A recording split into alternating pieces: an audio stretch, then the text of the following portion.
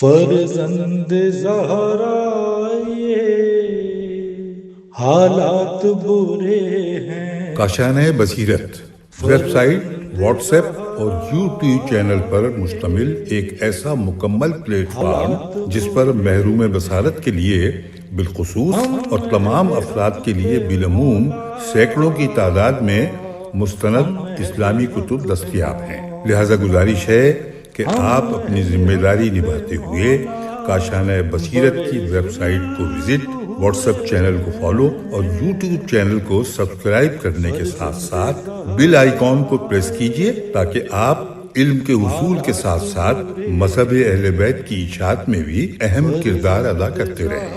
کاشانۂ بصیرت۔ حالات برے ہیں۔ السلام علیکم ورحمۃ اللہ وبرکاتہ۔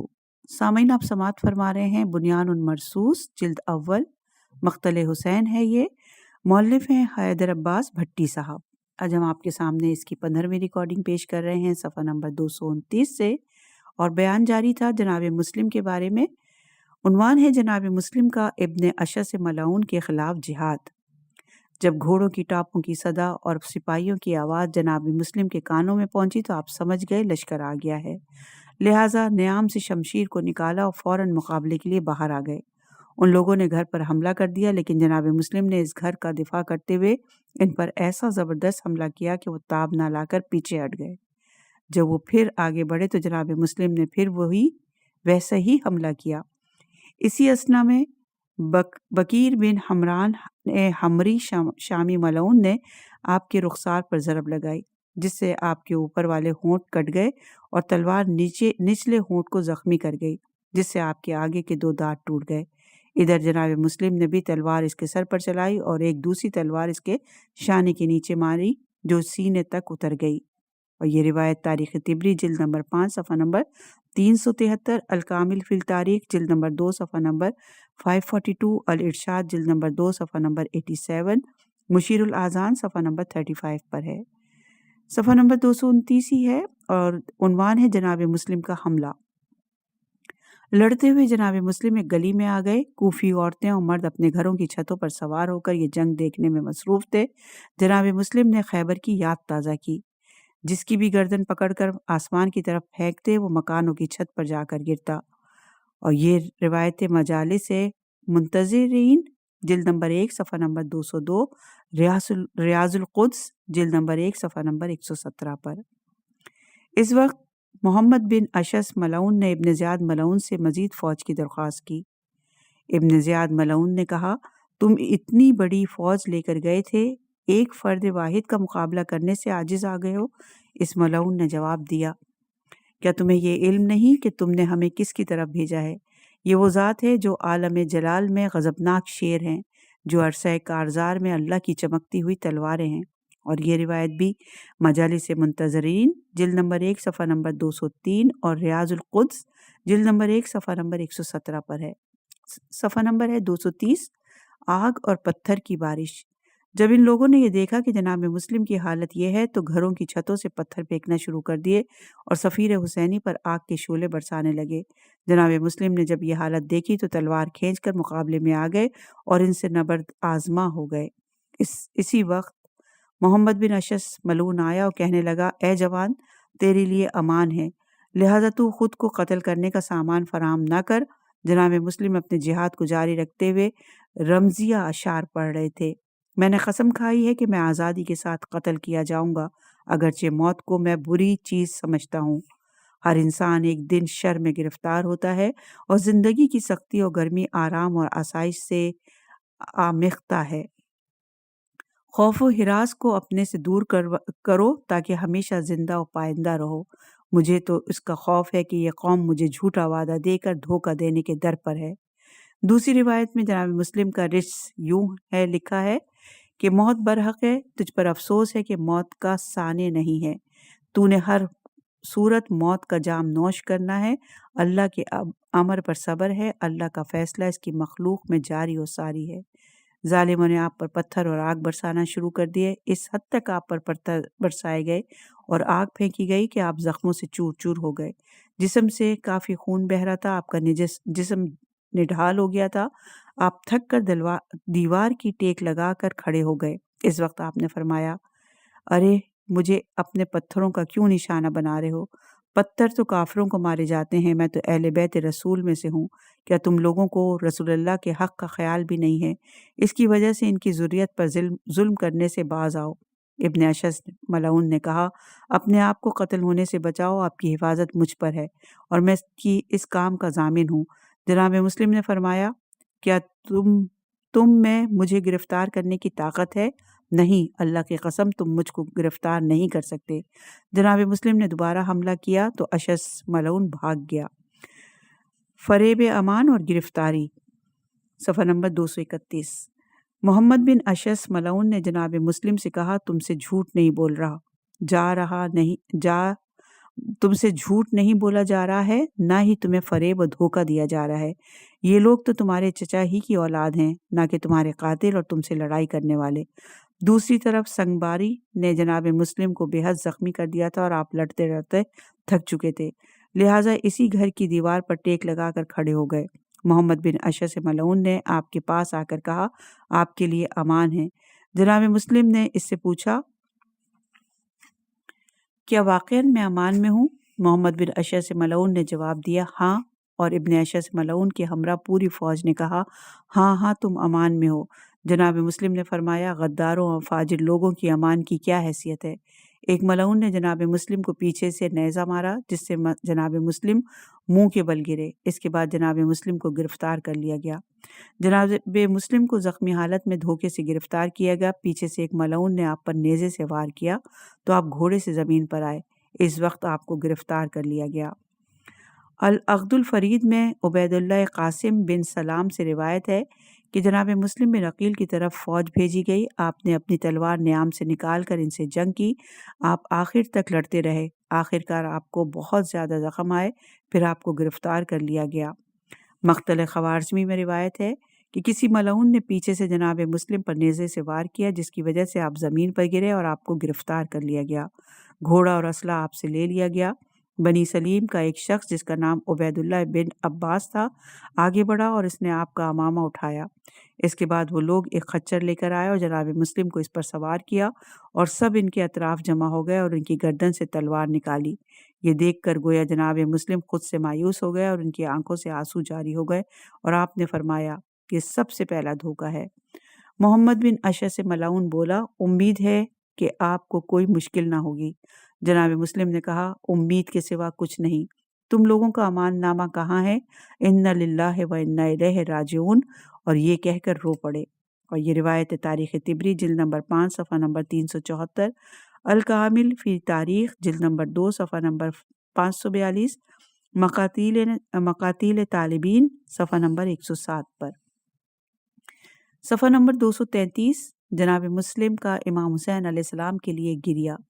اس موقع پر عمرو بن عبید اللہ سلمہ، جو ایک دوسرے گروہ کا سرما تھا، آپ سے مخاطب ہو کر بولا، بے شک اگر ایک شخص وہ چیز طلب کرے جس کے تم طلبگار تھے اور اس راہ میں سے وہ مشکلات پیش آئیں جو تمہیں پیش آئی ہیں تو اسے رونا نہیں چاہیے۔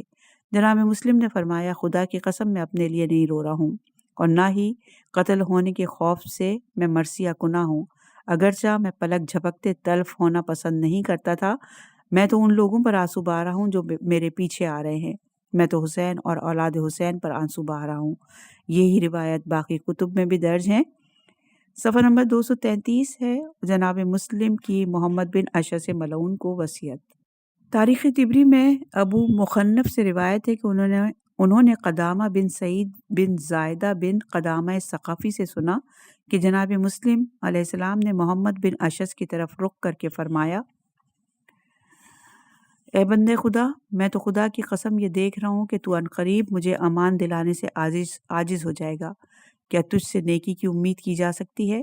کیا تم کسی ایسے شخص کو اپنی طرف سے بھیجنے کی قدرت رکھتے ہو جو میری زبانی حسین علیہ السلام کو پیغام پہنچا دے؟ کیونکہ میں یہ سمجھتا ہوں کہ وہ تم لوگوں کی طرف آنے کے لیے آج نکل چکے ہوں گے یا کل نکل جائیں گے، جبکہ ان کے ہمراہ ان کا پورا خاندان ہوگا۔ تم جو ان آنسوؤں کو دیکھ رہے ہو، اسی کا سبب یہی ہے۔ وہ پیغام رسا جا کر جناب امام حسین علیہ السلام سے یہ کہہ دے کہ ابن عقیل نے مجھے آپ کے پاس اس حال میں بھیجا ہے کہ وہ گرفتار ہو چکے ہیں اور قدم بقدم شہادت کی طرف بڑھ رہے ہیں۔ وہ اس عالم میں یہ کہہ رہے ہیں کہ آپ اپنے اہل بیت علیہ السلام کے ساتھ پلٹ جائیں، کہیں اہل کوفہ آپ کو دھوکہ نہ دے دیں، کیونکہ یہ وہی لوگ ہیں جو آپ کے بابا کے ساتھی تھے، لیکن حضرت آرزو کرتے تھے کہ موت یا قتل کے ذریعے ان سے جدا ہو جائیں۔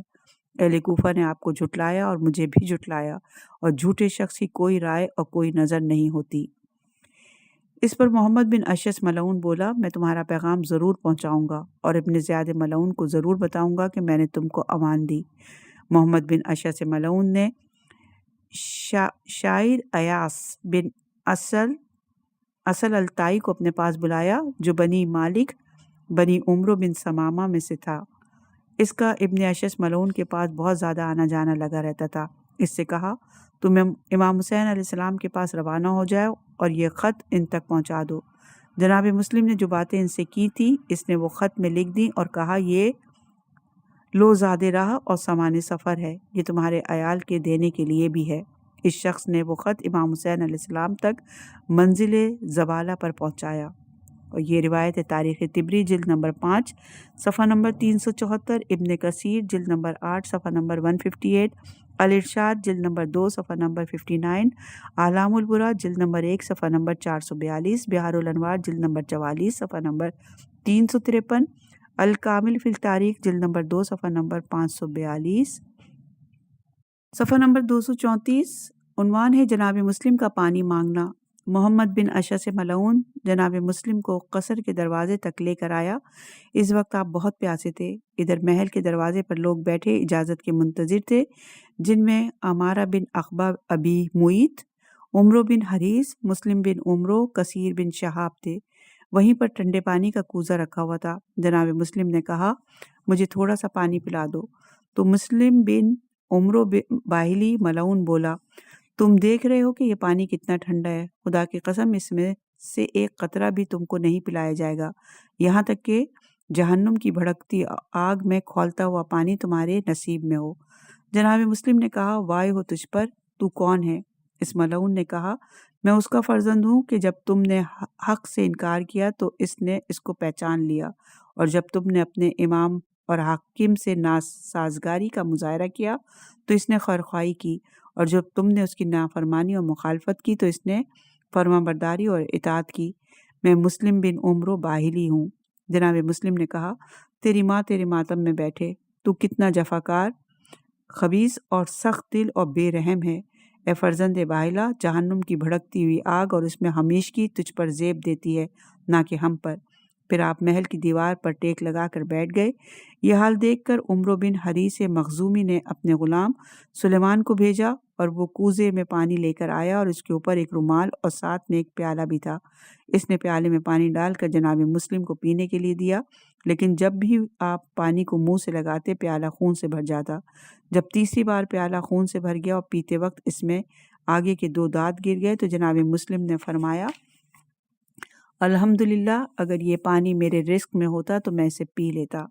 اور یہ روایت تاریخ طبری جلد نمبر 5 صفحہ نمبر 375، الکامل فی تاریخ جلد نمبر 2 صفحہ نمبر 542 میں ہے۔ ایک روایت میں کہ جب جناب مسلم نے پانی مانگا تو شمر ملعون بولا، واللہ ہم تجھے صرف کنویں کا پانی پلائیں گے۔ مطیع ملعون بولا، واللہ ہم تجھے دریائے فرات کا پانی پلائیں گے۔ اور یہ روایت المحسن المساوی صفحہ نمبر 60، امامت و سیاست جلد نمبر 2 صفحہ نمبر 10، صفحہ نمبر ہے 236۔ عنوان ہے جناب مسلم قصر دارالامارہ میں البادیہ و ناحیہ میں ہے کہ جب جناب مسلم بن عقیل دارالامارہ کے دروازے پر پہنچے تو وہاں وہ شہر کے عمرہ بیٹھے تھے جو صحابہ کی اولاد تھے، اور ان میں سے کچھ آپ کو جانتے تھے۔ وہ ابن زیاد ملعون کے اذن دخول کے منتظر تھے۔ اس وقت جب جناب مسلم بن عقیل نے اپنے خون میں ڈوبے ہوئے نظر آ رہے تھے۔ آپ کے خون نے آپ کے جسم اور لباس کو رنگین کر دیا تھا، کیونکہ آپ زخموں سے چور چور تھے۔ اس کے بعد ابن اشعث ملعون نے اجازت چاہی تو اسے دربار میں داخل ہونے کی اجازت مل گئی۔ اپنے ہمراہ وہ جناب مسلم کو بھی ابن زیاد ملعون کے سامنے لے کر آیا، لیکن جب جناب مسلم نے اسے امیر کے عنوان سے سلام نہیں کیا۔ نگہبان نے کہا تم امیر کو سلام کیوں نہیں کرتے؟ جناب مسلم نے کہا خاموش ہو جاؤ، واللہ یہ میرا امیر نہیں۔ اور یہ روایت لہوف صفحہ نمبر 30 پر۔ صفحہ نمبر ہے 237۔ ابن زیاد ملعون نے کہا سلام کرو یا نہ کرو، ہر حال میں مارے جاؤ گے۔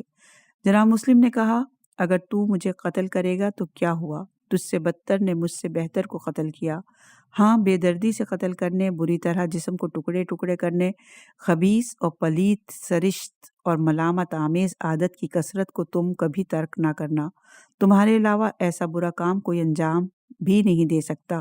ابن زیاد ملعون نے کہا اے نافرمان، اے سخت گیر، تم نے اپنے امام کے خلاف قیام کیا، مسلمانوں کی طاقت کو ختم کیا اور فتنے کا بیج بویا۔ جناب مسلم نے کہا تو جو جھوٹ بول رہا ہے ابن زیاد، وہ معاویہ اور اس کا لڑکا تھا کہ جنہوں نے مسلمانوں کی طاقت ختم کی، اور تمہارا باپ تھا کہ جس نے فتنہ و فساد کا بیج بویا ہے۔ میری آخری آرزو یہ ہے کہ خداوند متعال مجھے اپنی بدترین مخلوق کے ہاتھوں شہادت نصیب فرمائے۔ جناب مسلم نے کہا مجھے اتنی مہلت دے کہ میں کسی آشنا سے وصیت کر سکوں۔ جناب مسلم کی وصیت، یہ کہہ کر جناب مسلم نے ابن زیاد ملعون کے درباریوں کی طرف نگاہ دوڑائی تو عمر بن سعد ملعون پر نظر پڑی۔ اس سے مخاطب ہو کر آپ نے فرمایا اے عمر، میرے اور تمہارے درمیان رشتہ داری ہے اور تم سے مجھے ایک کام ہے جو راز ہے، لہٰذا تم پر لازم ہے کہ میرے اس کام کو انجام دو۔ جناب مسلم اور عمر بن سعد ملعون کے درمیان ایک قرابت تو قریش ہونے کی بنیاد پر تھی، اور ماں کی طرف سے آپ بنی زہرہ جو بنی سعد کا قبیلہ ہے اس سے تعلق رکھتے تھے۔ عمر بن سعد ملعون نے اس درخواست سے انکار کرنا چاہا تو ابن زیاد ملعون نے کہا اپنے چچا زاد بھائی کی درخواست مت ٹھکراؤ۔ یہ سن کر عمر بن سعد ملعون اٹھا اور وہاں جا کر جناب مسلم کے ہمراہ بیٹھا جہاں ابن زیاد ملعون بخوبی دیکھ رہا تھا۔ جناب مسلم نے اس سے کہا جب سے میں کوفے آیا ہوں اس وقت سے لے کر اب تک 700 درہم کا مقروض ہو چکا ہوں، اس کو تم میری طرف سے ادا کر دینا۔ دوسری وصیت یہ ہے کہ ہمارے جسد خاکی کو ان سے لے کر دفن کر دینا، اور تیسری وصیت یہ ہے کہ امام حسین علیہ السلام کی طرف کسی کو روانہ کر کے انہیں کوفے آنے سے روک دینا، کیونکہ لوگوں کی مسلسل درخواست اور مسلسل بیعت کے بعد میں نے ان کو لکھ دیا تھا کہ لوگ آپ کے ساتھ ہیں، لہٰذا میں سمجھتا ہوں کہ وہ راستے میں ہوں گے۔ یہ روایت تاریخ طبری جلد نمبر 5 صفحہ نمبر 371، مقاتل تعلیمین صفحہ نمبر 108، الارشاد جلد نمبر 2 صفحہ نمبر 61، بہار الانوار جلد نمبر 44 صفحہ نمبر 255 پر ہے۔ صفحہ نمبر ہے 238، عنوان ہے ولایت امیر المومنین امام علی علیہ السلام اور جناب مسلم کی وصیت۔ اہل سنت مورخ سلیمان بن ابراہیم القندوسی اپنی کتاب یناب مودت میں لکھتے ہیں کہ جناب مسلم نے شہادت سے قبل ولایت علی کی گواہی دی۔ جناب مسلم بن عقیل کو جب دھوکے سے گرفتار کر کے ابن زیاد ملعون کے دربار میں لایا گیا تو آپ نے شہادت سے پہلے اس طرح وصیت فرمائی میری پہلی وصیت یہ ہے کہ میں گواہی دیتا ہوں کہ خدا کے سوا کوئی معبود نہیں، اور یہ کہ محمد اللہ کے رسول ہیں اور علی اللہ کے ولی اور ان کے رسول کے وصی ہیں، اور ان کی امت میں ان کے خلیفہ ہیں۔ اس کے بعد آپ نے عمر بن سعد ملعون کو اپنے قرض اور باقی چیزوں کی وصیت کی۔ صفحہ نمبر 239، جناب مسلم اور ابن زیاد ملعون کا مکالمہ۔ وصیت کے بعد ابن زیاد ملعون جناب مسلم سے مخاطب ہوا اور بولا مسلم، مجھے بتاؤ کس مقصد کے لیے شہر میں داخل ہوئے ہو کہ اس کے امن کو درہم بھرہم کر دیا؟ جناب مسلم نے فرمایا میں اختلاف اور شورش برپا کرنے نہیں آیا، چونکہ تم نے غلط اعمال سر انجام دیے اور نیک اعمال کو تباہ کیا اور ان لوگوں کی مرضی کے بغیر ان پر حاکم بن بیٹھے، ان کے ساتھ حکم خدا کے خلاف پیش آئے، ان کے ساتھ ایران اور روم کے بادشاہوں جیسا سلوک کیا۔ ہم آئے ہیں لوگوں کو نیکی کی طرف دعوت دیں، برے کاموں سے روکیں، انہیں قرآن و سنت پیغمبر صلی اللہ علیہ وآلہ وسلم اور اسلام کا تابع بنائیں، اور ہم اس کام کے لیے سب سے زیادہ صلاحیت رکھتے ہیں۔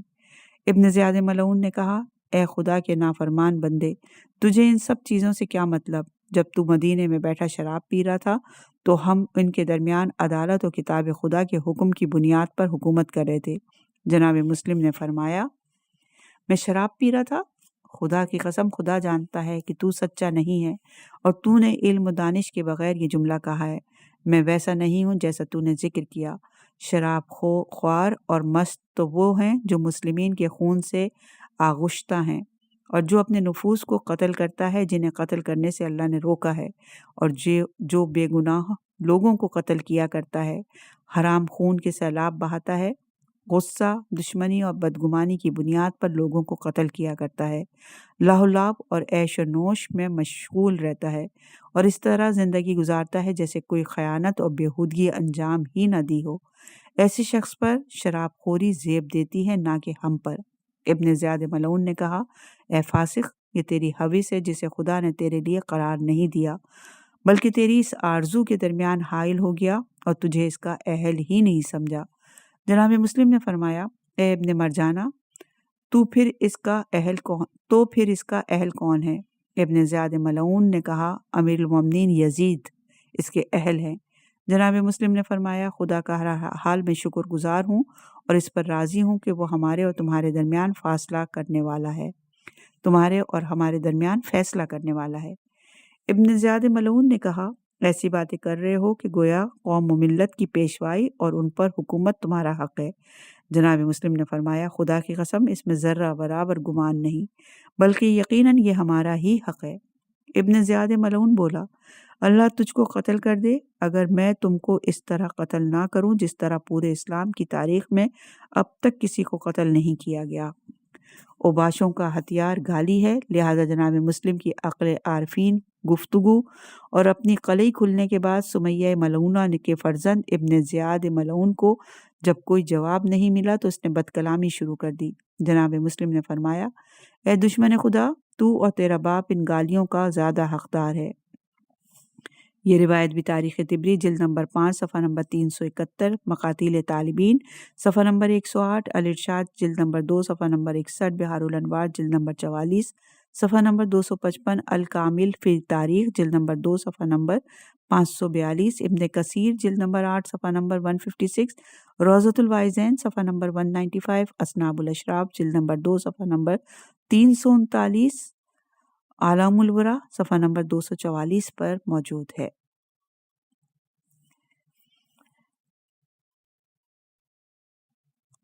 جناب مسلم کی شہادت صفحہ نمبر 241۔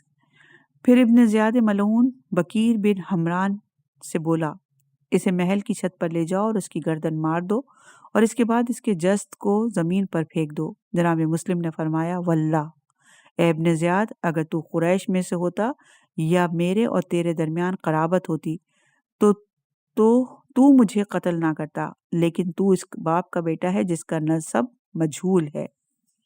محمد بن اشعث ملعون آگے بڑھا اور ابن زیاد ملعون کے پاس آ کر جناب مسلم کے زخمی ہونے، بکیر بن حمران پر حملہ کرنے اور اپنے امان دینے کا سارا واقعہ ابن زیاد ملعون کو سنایا اور اس بات کی بھی صراحت کی کہ میں نے اسے امان دی ہے۔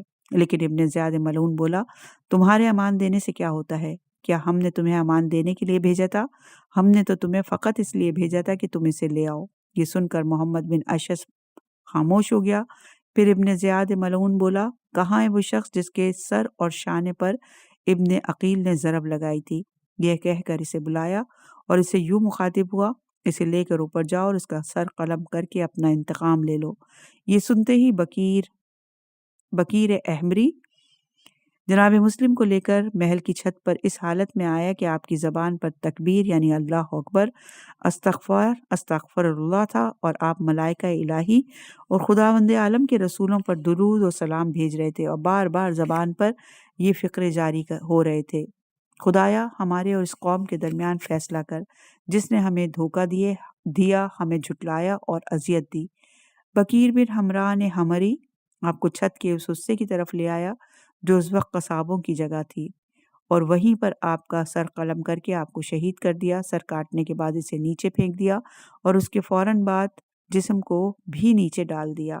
یہ روایت الارشاد جلد نمبر 2 صفحہ نمبر 62، اعلام الورا جلد نمبر 1 صفحہ نمبر 444، بحار الانوار جلد نمبر 44 صفحہ نمبر 356، روضۃ الوائزین صفحہ نمبر 194، امالی شجری جلد نمبر 1 صفحہ نمبر 191، حدائق الوردیہ جلد نمبر 1 صفحہ نمبر 116 پر ہے۔ صفحہ نمبر ہے 242۔ جناب مسلم کا قاتل۔ جناب مسلم کا سر قلم کر کے بکیر بن حمران ابن زیاد کے پاس گھبراتا ہوا آیا۔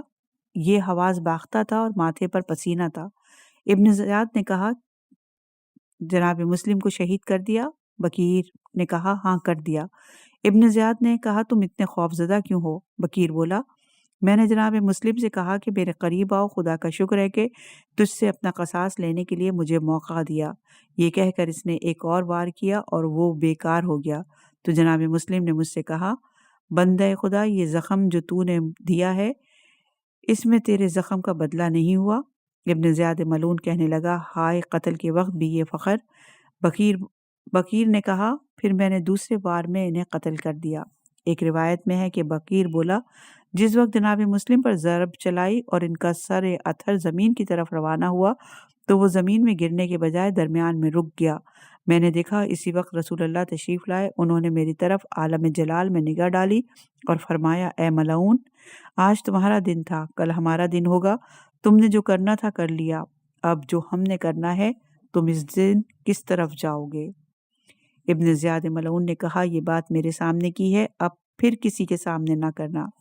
اور یہ روایت مجالس منتظرین جلد نمبر 1، ریاض القدس جلد نمبر 1 لہوف میں بھی یہ موجود ہے۔ ایک روایت میں ہے کہ بکیر ملعون نے کہا اے امیر، جب میں نے انہیں قتل کر رہا تھا تو اس وقت میں نے بدصورت اور سیاہ چہرے والا شخص دیکھا جو میرے سامنے آ کر کھڑا ہو گیا اور اپنی انگلی منہ میں لیے ہوئے اسے کاٹ رہا تھا۔ اسے دیکھنے سے میرے بدن میں لرزہ طاری ہو گیا۔ ابن زیاد ملعون نے کہا یہ تیرا وہم ہے اور کچھ نہیں۔ اور یہ روایت بھی لہوف صفحہ نمبر 123، بحار الانوار جلد نمبر 44 صفحہ نمبر 357، الفتوح جلد نمبر 5 صفحہ نمبر 5، مقتل خوارزمی جلد نمبر 1 صفحہ نمبر 213 پر موجود ہے۔ خوشامد کے لیے اس وقت عمر بن سعد ملعون نے آگے بڑھ کر ابن زیاد ملعون سے کہا آپ کو معلوم ہے کہ جناب مسلم مجھ سے کیا کہہ رہے تھے؟ اس نے ساری وصیت ابن زیاد ملعون کو سنا دی تو ابن زیاد ملعون نے مذاق اڑاتے ہوئے کہا امین خیانت نہیں کرتا، ہاں کبھی کبھی خائن پر امین کا دھوکہ ہوتا ہے۔ اس وصیت میں جو چیزیں تم سے مربوط ہیں اس سے ہم تمہیں منع نہیں کرتے، تمہارا دل جو دل چاہے کرو، اس کے تم مالک ہو، لیکن حسین علیہ السلام نے اگر کوفے کا رخ نہیں کیا تو ہمیں ان سے کوئی مطلب نہیں، اور اگر وہ ادھر آئے تو ہم انہیں بھی نہیں چھوڑیں گے۔ اب رہا سوال جناب مسلم کے جسم کا، تو جب ہم نے قتل کر دیا اب ہمیں ان کے جسم سے کوئی مطلب نہیں، جسم کا جو کرنا ہے کرو۔ صفحہ نمبر 243، عنوان ہے جناب ہانی کی شہادت۔ جناب مسلم بن عقیل کی شہادت کے بعد جناب ہانی کے ہاتھوں کو باندھ کر قصائیوں کے بازار میں لے گئے۔ اس وقت آپ اپنے قبیلے والوں کو بلا رہے تھے لیکن کوئی مدد کو نہ آیا۔ اے قبیلہ مزہج تم کہاں ہو؟ میرا قبیلہ مزہج سے کوئی مددگار نہیں آیا۔ مسعودی کے قول کے مطابق جناب ہانی جناب بنی مراد کے قبیلے کو مدد کے لیے پکار رہے تھے تو 4000 زرہ پوش گھوڑ سوار مرد اور 8000 فوجی پیدل ان کے ساتھ چلتے تھے، اور اگر اپنے قبیلے والوں کو دعوت دیتے تو 30,000 زرہ پوش فوجی آپ کے ساتھ ہوتے تھے، لیکن جب آپ قتل گاہ کی طرف جا رہے تھے تو کسی نے بھی مدد نہ کی۔ جب جناب ہانی نے دیکھا کہ کوئی مدد کے لیے کھڑا نہیں ہو رہا تو اپنے بندے ہاتھوں کو آزاد کر لیا اور کہا کوئی چھڑی یا خنجر یا پتھر یا ہڈی نہیں کہ اس سے اپنا دفاع کر سکوں۔ سپاہیوں نے دوبارہ انہیں پکڑ کر مضبوطی سے باندھ لیا۔ آخرکار ابن زیاد ملعون کے ترک غلام رشید ملعون نے ایک وار کر کے جناب ہانی کو زخمی کر دیا۔ جناب ہانی نے اس حال میں کہا سب نے اللہ کی طرف ہی پلٹ کر جانا ہے، خدایا مجھے اپنی رحمت اور خوشنودی کا راہی قرار دے۔ رشید ملعون نے ایک اور وار کر کے جناب ہانی کو شہید کر دیا۔ پھر اس ملعون نے آپ کا سر بدن سے جدا کیا۔ یہی روایت باقی کتب میں بھی درج ہے، اور تاریخ طبری کی جلد نمبر 5 اور صفحہ نمبر 391 اور اسناب الاشراف جلد نمبر 2 صفحہ نمبر 343 پر بھی یہی روایت درج ہے۔ امام علی علیہ السلام نے جناب ہانی کی موت کے بارے میں پہلے سے بتا دیا تھا۔ عبید اللہ ابن زیاد ملعون نے جناب مسلم اور جناب ہانی کے سروں کو ہانی بن ابی حیا حمدانی ملعون اور زبین بن ارواج تمیمی ملعون کے ہاتھوں یزید ملعون کے پاس بھیجا، اور آپ دونوں کے بدن مبارک کو کناسا کے بازار میں گھسیٹا گیا اور پھر لٹکایا گیا۔ صفحہ نمبر 244، عنوان ہے بے حرمتی اجساد اور مدفن۔ جناب مسلم اور ہانی کے سروں کو دمشق روانہ کرنے کے بعد ابن زیاد ملعون نے حکم دیا کہ ان کے پاک اجساد کو کوفے میں پھرایا جائے۔ ملعون نے ایسا ہی کیا اور اس کے بعد کناسہ کوفے میں صلیب پر لٹکا دیا۔ ابن زیاد ملعون کے حکم سے جناب مسلم بن عقیل اور جناب ہانی بن عروہ کے جسد مبارک کو سولی پر چڑھایا گیا۔ یہ روایت تاریخ طبری جلد نمبر 5 صفحہ نمبر 391، اصناب الاشراف جلد نمبر 2 صفحہ نمبر 343، عقد الفرید جلد نمبر 3 صفحہ نمبر 364، محاسن المساوی صفحہ نمبر 60، امامت اور سیاست جلد نمبر 2 صفحہ نمبر 9 پر موجود ہے۔ یہ خبر جب پورے کوفے میں پھیلی تو جناب ہانی کے قبیلے کے ساتھ جناب ہانی کے اہل خانہ اور جناب میثم تمار کی زوجہ نے ان اجساد کو کوفے کے ملعون سے چھین لیا اور غسل و کفن کا انتظام کیا۔ قبیلہ مزہج چونکہ تعداد میں بہت زیادہ تھے لہٰذا ابن زیاد ملعون کے سپاہیوں نے مزاحمت نہ کی۔ جناب میثم تمار کی زوجہ اور جناب ہانی کی زوجہ رات کے وقت لوگوں کے سو جانے کے بعد اسے اپنے گھر لے گئیں اور آدھی رات کو کوفے کی مسجد کے پاس لے جا کر اسی خون آلود حالت میں سپرد خاک کر دیا۔ صفحہ نمبر 245، قبر جناب مسلم پر طوع کا گریہ۔ جب اہل بیت علیہم السلام کا قافلہ کوفہ پہنچا تو دیکھا ایک ضعیفہ ایک قبر کے سرانے بیٹھی گریہ وزاری میں مصروف ہے۔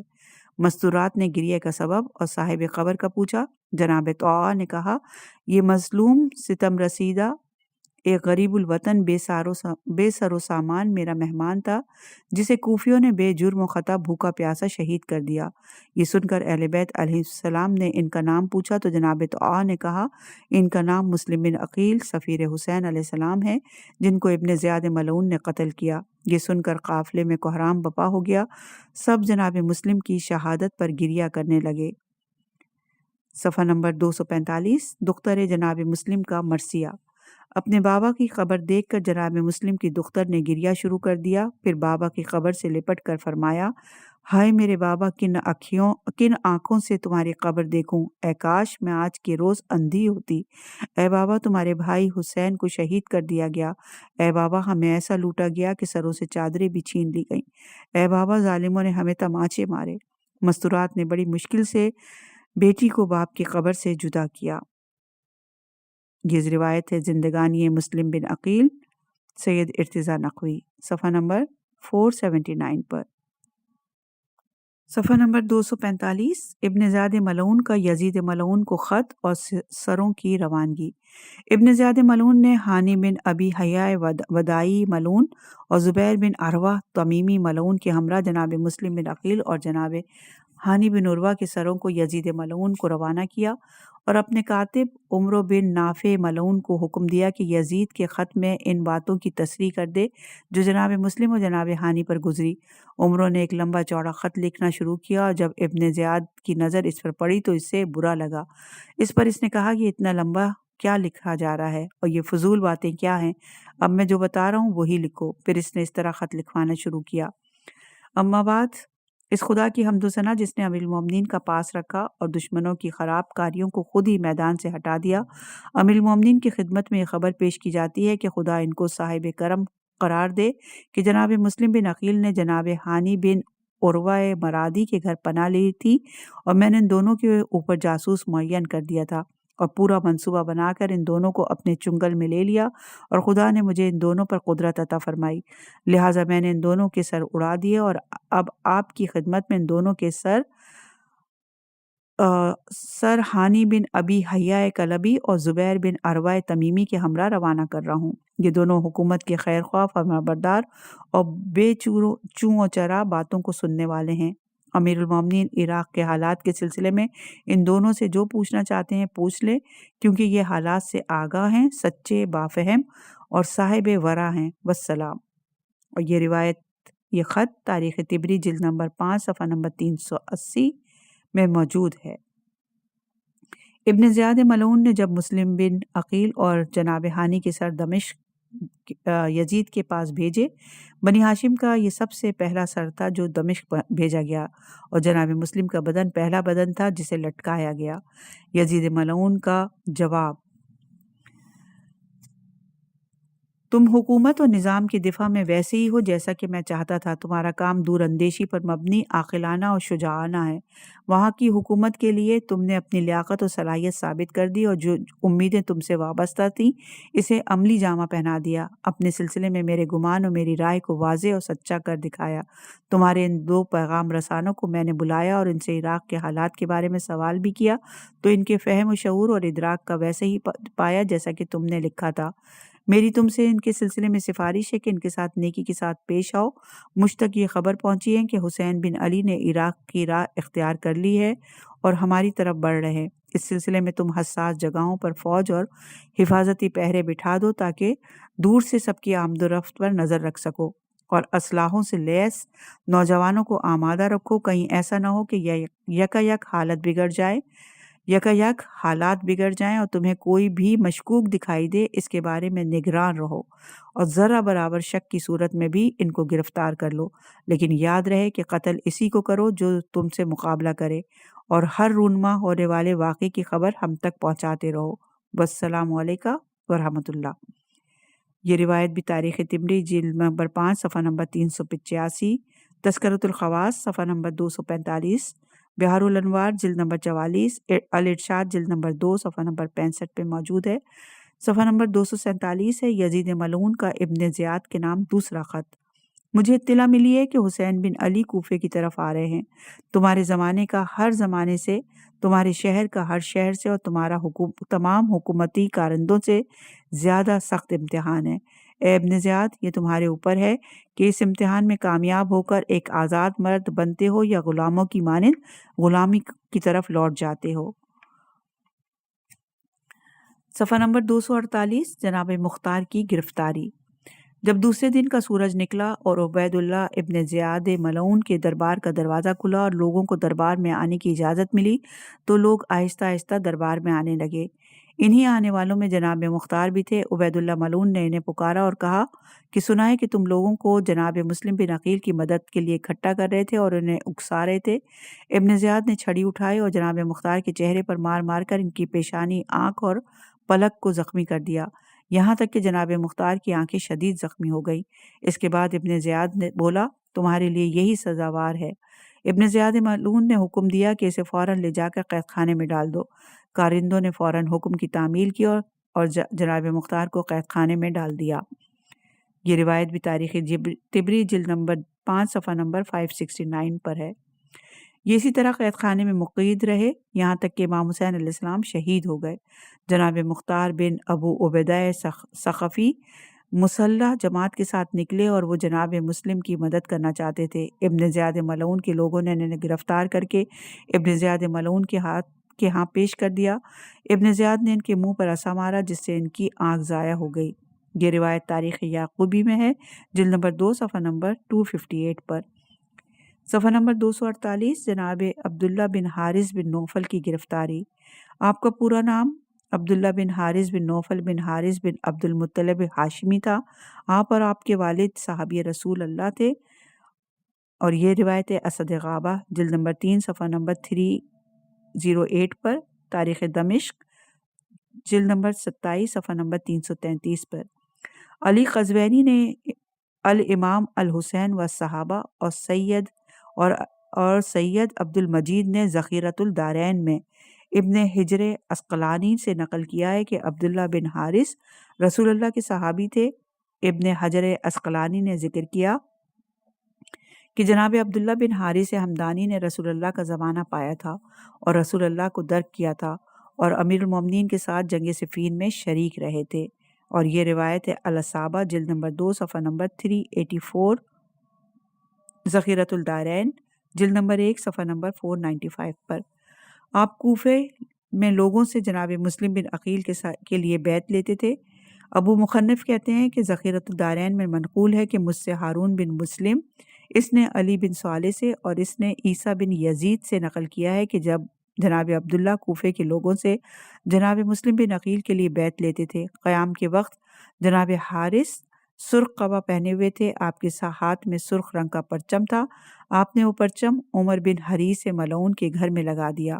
تاریخ طبری میں عیسیٰ بن یزید سے مروی ہے کہ جناب مختار بن ابو عبیدہ اور جناب عبداللہ بن حارث بن نوفل دونوں نے جناب مسلم کے ساتھ خروج کیا تھا۔ جناب مختار ثقفی سبز علم کے ساتھ نکلے تھے اور جناب عبداللہ سرخ علم کے ساتھ نکلے تھے، اور اس وقت انہوں نے سرخ قبا پہنی ہوئی تھی۔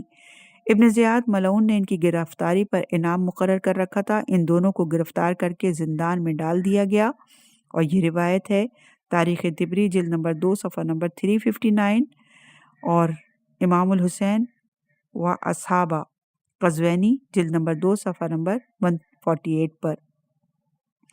یزید ملعون کی موت کے بعد آپ حاکم بصرہ بھی رہے اور 84 سال کی عمر میں وفات پائی۔ یہاں پر جناب مسلم بن عقیل سے متعلق بیان ختم ہوا۔ انشاءاللہ کہ اگلی ریکارڈنگ میں مزید آگے